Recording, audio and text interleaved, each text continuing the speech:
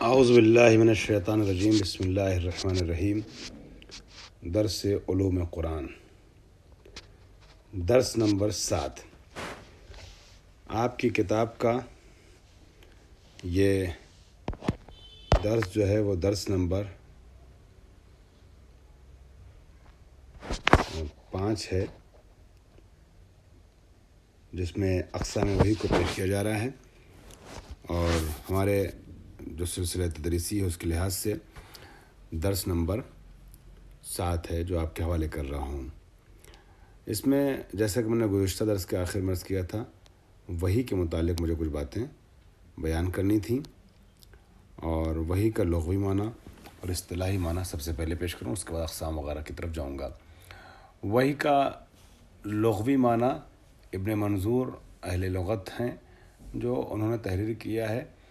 وحی کے کچھ معانی ہیں جن کی طرف اشارہ کرتے ہوئے کہتے ہیں وحی یعنی اشارہ کرنا، لکھنا، خط، الہام، مخفی کلام، اور ہر وہ چیز کہ جو دوسروں تک منتقل کی جائے، القاء کی جائے، اسے وحی سے تعبیر کیا جاتا ہے۔ یہ وحی کا وسیع معنی ہے جس میں تقریباً سبھی کچھ قسمیں سمٹ گئیں انتقال مطلب کی۔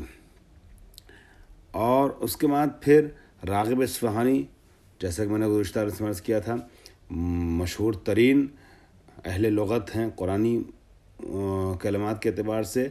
وہ تحریر کرتے ہیں کہ وحی جو ہے وہ اشارہ صریح کو کہتے ہیں، اور اسی وجہ سے ہر وہ کام جو سرعت سے انجام پائے اسے کئی بار وحی کے لفظ سے تعبیر کیا جاتا ہے۔ تو خلاصہ اہل لغت کی گفتگو کا اگر ہم کرنا چاہیں تو وحی کا معنی بیان کرتے ہم یہ کہہ سکتے ہیں، وحی یعنی اشارہ صریح اور سخنان رمزی، یعنی رمز اور کوڈ اور سیکریٹ پر مشتمل باتیں اور مخفی پیغامات۔ ان 3 لفظوں میں آپ وحی کے مختلف معانی کو خلاصہ کر سکتے ہیں۔ اصطلاحی معنی آپ کے ذہن میں محفوظ ہے، اس کو تھوڑا سا تفصیل کے ساتھ یہ بیان فرما رہے ہیں۔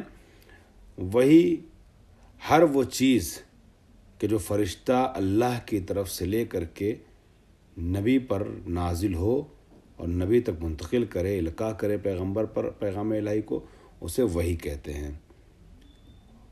وحی جو ہے وہ ہر انسان درک نہیں کر پاتا ہے۔ عام شعور وحی کو درک کر لے یہ آسان نہیں ہے، ممکن نہیں ہے، بلکہ اس کے لیے ایک خاص شعور کی ضرورت پڑتی ہے کہ جو شعور اللہ نے پیغمبر یا پیغمبر جیسی شخصیتوں کو عطا فرمایا ہے۔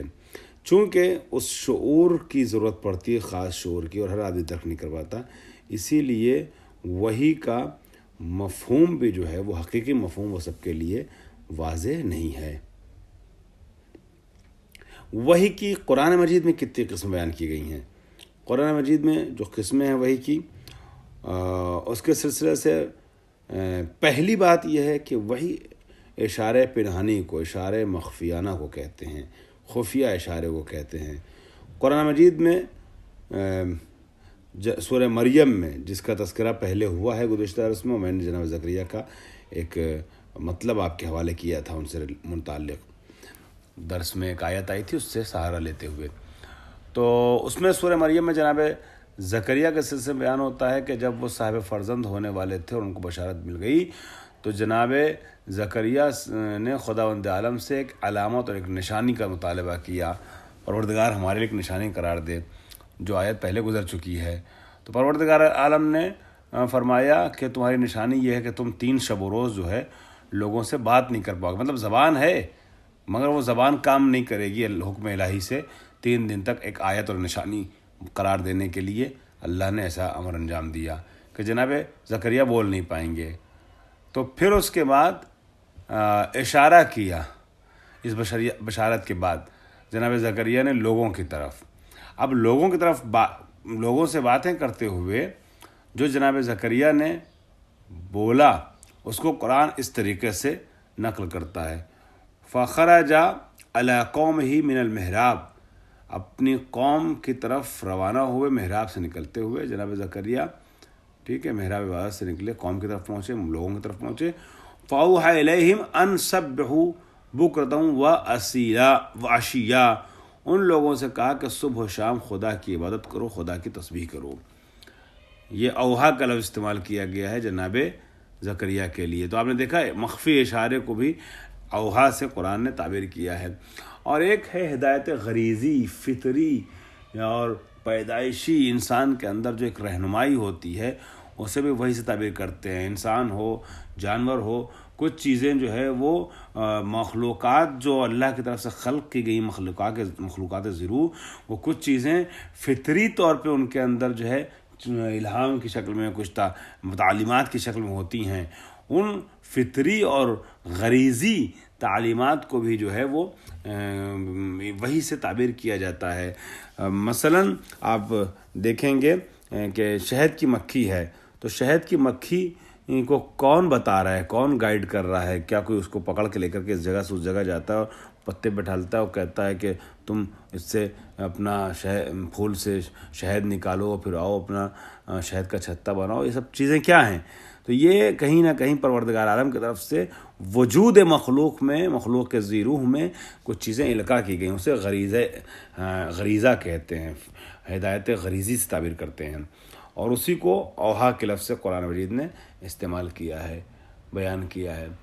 چنانچہ اعلان ہوتا ہے وَأَوْحَى رَبُّكَ إِلَى النَّحْلِ أَنِ اتَّخِذِي مِنَ الْجِبَالِ بُيُوتًا وَمِنَ الشَّجَرِ وَمِمَّا يَعْرِشُونَ، کہ آپ کے رب نے شہد کی مکھی کو وحی کی، یعنی اس کے غریزے میں ڈال دیا، اس کی فطرت میں، خلقت کے ساتھ یہ چیز پیوست کر دی، اسے بتا دیا، باخبر کر دیا کہ پتھروں سے، ہے نا، پہاڑوں سے اور شجروں سے، اور جو لوگ مکانات بناتے وہاں سے چیزیں لے اور اپنا مکان بنائے، اتخذ من الجبال بیوتا، گھر بنائے وہاں پر جانے کے بعد، ٹھیک ہے۔ تو شہد کی مکھی جو پیڑ پہ، درخت پہ جاتی ہے اور وہاں سے رس لے کر کے آتی، پھر اپنا چھتا بناتی ہے، کبھی پہاڑ پہ، کبھی درخت پہ، کبھی کسی کے گھر میں، تو یہ کیا ہے؟ یہ کون سکھاتا ہے؟ یہ اللہ کی بھی دی ہوئی ہدایت فطری ہے، جسے اوہا سے قرآن نے تعبیر کیا ہے۔ اسی طریقے سے ایک معنی وحی کا الہام کا بھی ہے۔ چنانچہ جناب موسیٰ کی والدہ کے سلسلے سے قرآن کہتا ہے، یعنی کچھ چیزیں ایسی ہوتی ہیں جو انسان کے وجود میں الہام کر دی جاتی ہیں۔ اب جو انسان جتنا بھی خدا کا زیادہ یقین رکھتا ہے اور معرفت رکھتا ہے اور اس الہام کو درک کرنے کی صلاحیت رکھتا ہے، وہ پیغام کو اخذ کر لیتا ہے کہ ہمارے وجود میں جو چیز الہام کی گئی ہے وہ کیا ہے۔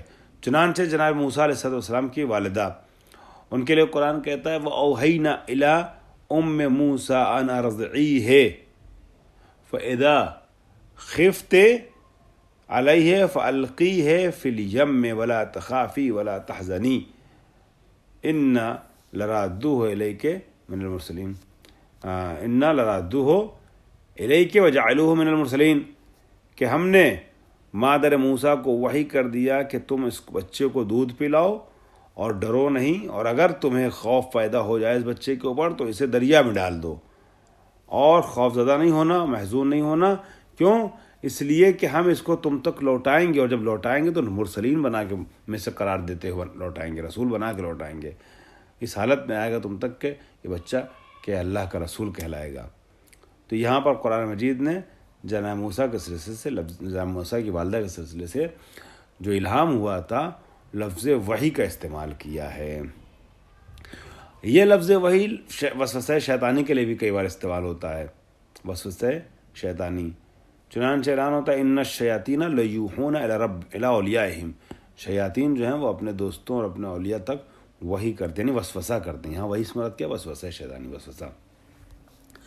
تشریعی اور رسالی وحی، یہی مین ہے، امپورٹنٹ ترین وحی ہے۔ اصل میں بغیر قرینے کے جب لفظ وحی استعمال کیا جاتا ہے تو یہی وحی مراد ہوتی ہے، تشریع یعنی قانون بنانے والی وحی، اللہ کی طرف سے آنے والی وحی، رسالی وحی جو نبی پر نازل ہوتی ہے۔ یہ مشہور ترین معنی ہے اور استعمال ہے وحی کا، کہ اللہ اپنے پیغمبر تک القاء کرتا ہے کسی پیغام کو تو وہ لفظ وحی کا استعمال کرتا ہے۔ جیسا کہ ارشاد ہوتا ہے انا اوحینا الیک کما اوحینا الی نوح والنبیین من بعدہ واوحینا الی ابراہیم، ہم نے آپ تک وحی کی، نوح تک وحی کی، اور ان کے بعد کے نبیوں تک وحی کی، اور ابراہیم کو وحی کی. تو یہ لفظ وحی استعمال کیا گیا ہے. یہ معنی جو ہے وہ مستعمل ترین معنی ہے وحی کا. اسے وحی تشریعی یا وحی رسالی کہتے ہیں. وحی کی قرآن مجید نے 3 قسم بیان کی وحی رسالی کی. کیا ہے؟ وما كان لبشر ان يكلمه الله الا وحيا او من وراء حجاب او يرسل رسولا فيوحي باذنه ما يشاء انه علی حکیم. کہ بشر اللہ سے گفتگو نہیں کر سکتا، بات نہیں کر سکتا مگر 3 طریقوں سے. یا وحی یعنی وحی بدون واسطہ، اللہ اس سے ڈائریکٹ گفتگو کرے، یا پردے کے پیچھے سے، حجاب کے پیچھے سے، جیسے جناب موسیٰ سے بات ہوتی تھی، یا اپنا پیغمبر اور میسنجر بھیج کر کے. ان 3 طریقوں سے اللہ سے گفتگو بشر سے ہوتی ہے. نمبر 1 وحی مستقیم و بغیر واسطے کے. نمبر 2 وحی بوسیلہ ایجاد صوت، آواز ایجاد کر دیتا ہے پروردگار، جیسے جناب موسیٰ کے لیے جو ہے وہ درخت سے آواز نکلتی تھی. اور وحی بوسیلہ فرشتہ. ٹھیک ہے. وحی مستقیم اور بدون واسطہ کیا ہے؟ وحی مستقیم میں پیغمبر بغیر کسی واسطے کے پیغام آسمانی کو حاصل کرتا ہے، دریافت کرتے ہیں پیغمبر. ٹھیک ہے، بغیر کسی واسطے کے. اور عام بشر جو ہے اس کو درک نہیں کر پاتا وحی مستقیم کی حقیقت کیا ہے. البتہ یہاں اہل سنت کی کثیر تعداد میں ان کے یہاں جو روایت نقل ہوئی ہے وہ کہیں نہ کہیں بعض اوقات بعض مصنفین جو شیعہ ہیں وہ بھی انہی لفظوں میں بیان کر دیتے ہیں، جبکہ ہمارے یہاں اس کی توجیحات موجود ہیں. انہوں نے وہی کام کیا ہے کہ پیغمبر اکرم جو ہے وہ جب وحی نازل ہوتی تھی ان کی بڑی عجیب حالت ہوتی تھی، اور کانپتے تھے اور تھرتھراتے تھے، اور گھوڑے بیٹھے تھے تو گھوڑا خم ہونے لگا، سواری خم ہونے لگی، زمین سے لگنے لگی، اور یہ وہ سب سے کیفیتیں.